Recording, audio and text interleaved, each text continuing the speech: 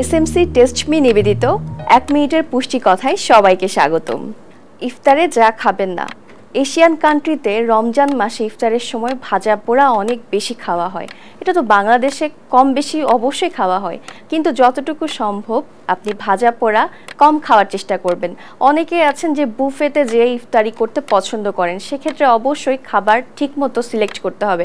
অনেকে আছেন যে কোল্ড ড্রিঙ্কস কে কত বেশি খেতে পারবে, এরকম একটা বিভিন্ন রেস্টুরেন্টে কিন্তু এরকম বিষয় কাজ করে বা এরকম কোনো অফার দেয়। অবশ্যই এই অফারগুলো যতটা পসিবল অ্যাভয়েড করার চেষ্টা করবেন এবং অতিরিক্ত মাত্রায় চিনি জাতীয় খাবার খাওয়া যাবে না। অনেকেই আছেন যে শরবত, চিনি, জিলাপি, মিষ্টি একটু বেশি পরিমাণে খাচ্ছেন, সে কাজটি কিন্তু করবেন না।